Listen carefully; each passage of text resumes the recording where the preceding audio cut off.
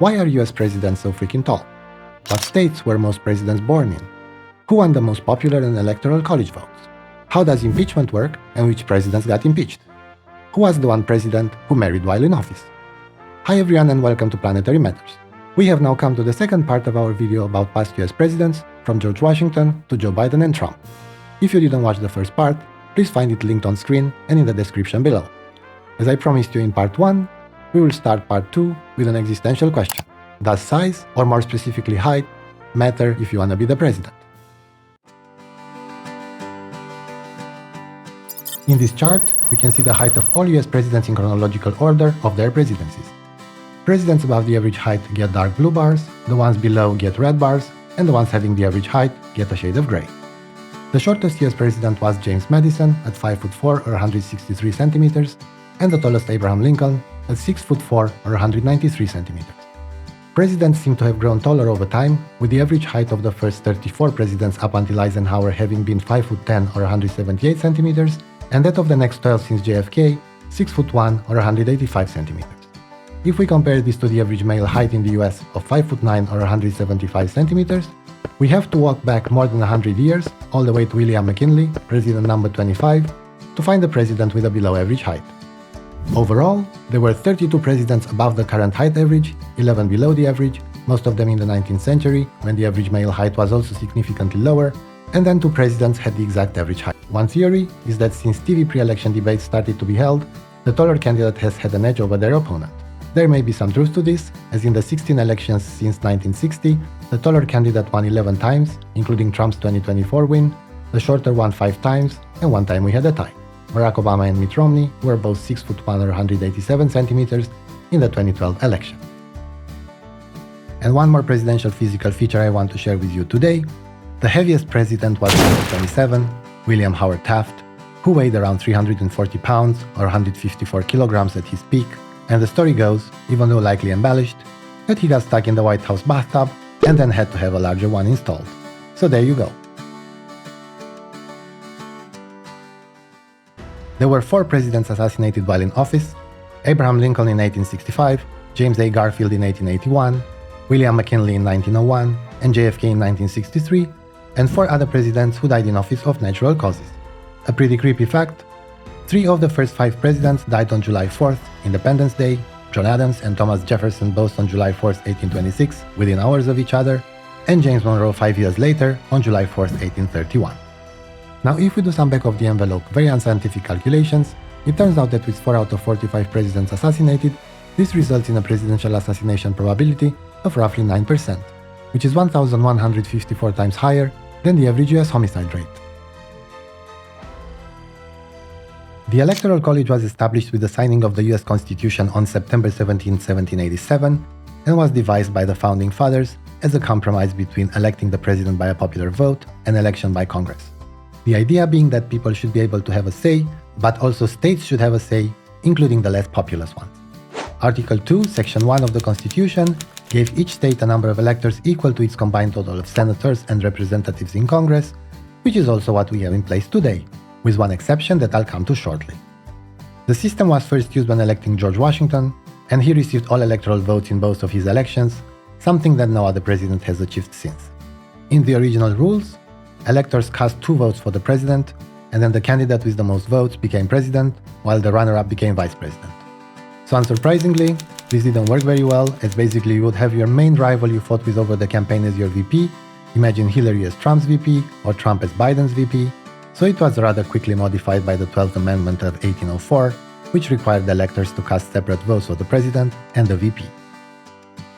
After Alaska and Hawaii were admitted as states in 1959, the Electoral College reached 535 electors, proportional to the 100 senators, 2 senators for each state from the 50 states, plus the 435 representatives in the House. In 1961, the 23rd Amendment to the Constitution was ratified, granting Washington D.C. 3 electoral votes, which raised the total to 538 electors, which is the number we have today.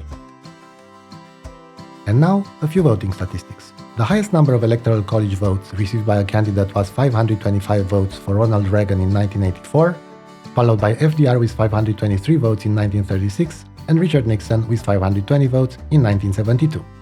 The highest number of popular votes ever received was, as I'm sure you know if you've been following the news for the past few years, in the 2020 election, when Biden got 81 million votes, with second and third place being Trump with 77 million and Kamala Harris with 75 million, both in 2024.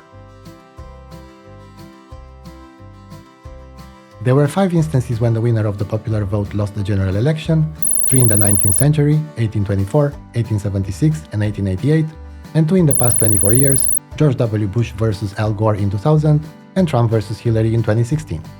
I don't know about you, but this was a surprise to me. I've heard the popular versus electoral vote debate being brought up a lot since 2016, and I always thought that the popular vote went the other way versus the electoral vote more often than this. It turns out though that in the last 34 elections and 136 years, we only had 2 instances of the popular and electoral college votes going opposite ways.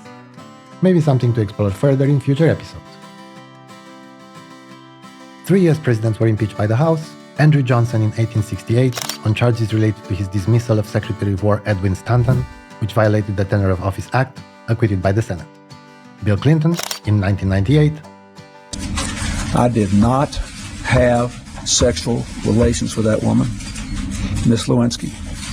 I never told anybody to lie, not a single time, never. These allegations are false, and I need to go back to work for the American people. Well, he later changed these statements a little, as you know, but in the end he was also acquitted by the Senate. And then the Donald, the only president impeached twice, once related to his dealings with Ukraine, and then in 2021 on charges of incitement of insurrection after the January 6th Capitol attack. Acquitted both times by the Senate. If you don't know, the way impeachment works is that the House impeaches with a simple majority of 50% plus 1 vote, and then the Senate judges and either convicts or acquits the president with a 2/3 majority required for a conviction. Let's now move on to presidential succession. There were 5 vice presidents who later got elected president, and 9 vice presidents who acceded to the presidency by succession. When President William Henry Harrison died in 1841, just 32 days into his term, it was the first time a sitting US president had died in office.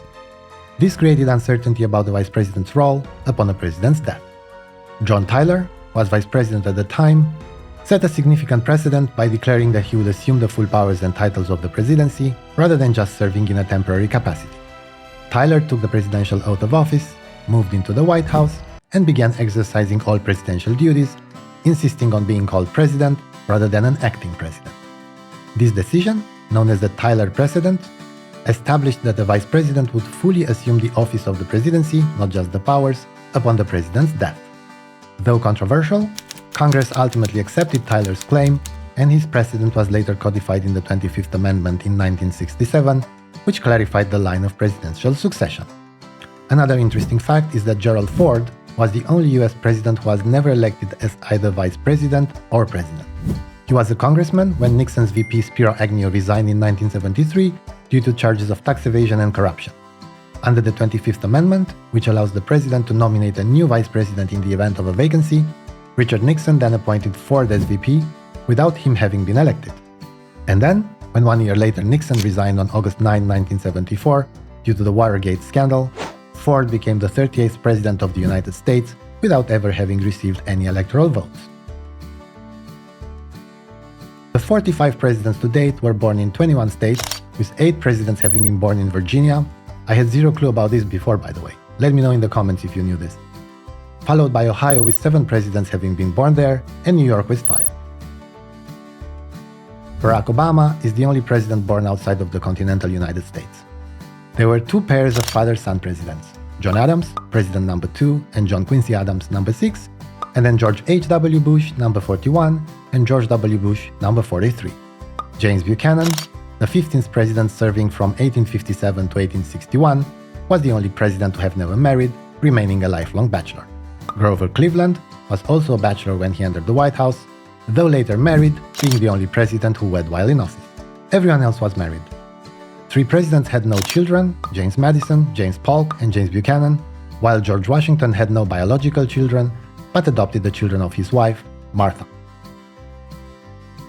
And there you have it, the 235 years of history of the US presidency, from the early days of George Washington's unanimous election, devoid of political parties, to the partisanship of recent election campaign. If I've missed anything or got something wrong in this statistics-heavy video, please don't hesitate to add it in the comments. Also, as a brand new channel, I'm very interested in your feedback about what you liked or you didn't like, what you would have changed in the video, and what topics would interest you for upcoming episodes. I hope you enjoyed this dive into US presidential history. If you did, please don't forget to give me a massive thumbs up and maybe consider subscribing for more content like this on planetary matters. Thank you so much for watching and see you next time!